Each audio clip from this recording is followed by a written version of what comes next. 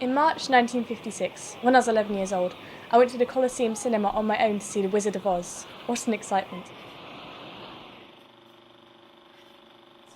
I was actually quite nervous as I made my way up to the balcony and took my place in one of the best seats in the house. As I remember, the cinema was full, packed with people.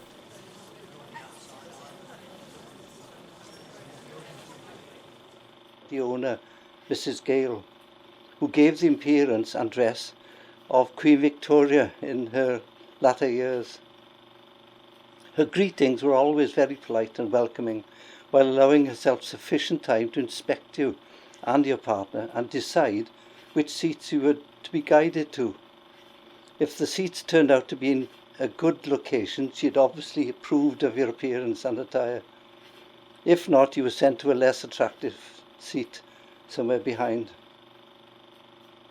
Your ticket was swiftly torn in two in the darkness of the auditorium by Len, I can't remember his surname, who stood there in semi-darkness holding his long torch in one hand. And I will let you into a secret. There was a treacherous lean to the back row, under the balcony, because this is where all the courting couples from Aberystwyth would always come there, and they would choose to sit in the back row.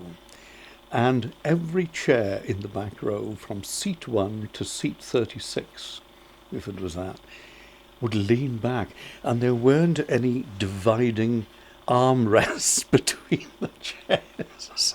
So I'd look around as a small boy and see these couples snogging and snuggling away in the back row.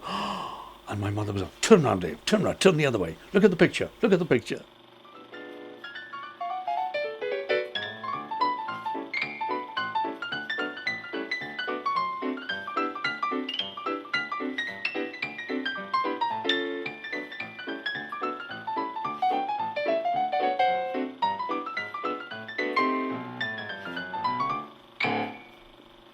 One of us would purchase the ticket, and then they would go down and push the bar, and their friends would sneak in to see the matinee. Sneak up to the gods out of the way, to see films like Roy Rogers. The funny moments would be when the film would get fainter and fainter, and Len would have a button on the wall which he'd be pressing frantically to attract the attention of the projectionist to say, "Sort it out." And then sometimes the action would stop, and you'd see this melting sort of image on the screen, and everybody cheering and stamping the floor. And it was absolutely hilarious, it was. They'd have a short film, and in between they'd have a newsreel, a pathé newsreel. And you could guarantee the news would be at least a fortnight out of date. But it didn't seem to matter. Oh gosh, yes. Do you know, I remember going to see Hitchcock's film, The Birds. I went with Wendy Bray. Oh yeah, we were both really big Sean Connery fans as well. I always remember every Saturday morning, all the children of the town used to come here. It cost twopence to get in, 2 pennies. And it was awful rows in here. Some were smoking and all our business like we were kids. And it was awful row here, and it's everybody shouting and all of it. And they sent for Mrs. Gale, and she came in, she stood up there, and she gave us a big lecture. And as soon as she finished, one of the boys got up and shouted, "And that's the end of the Gale warning."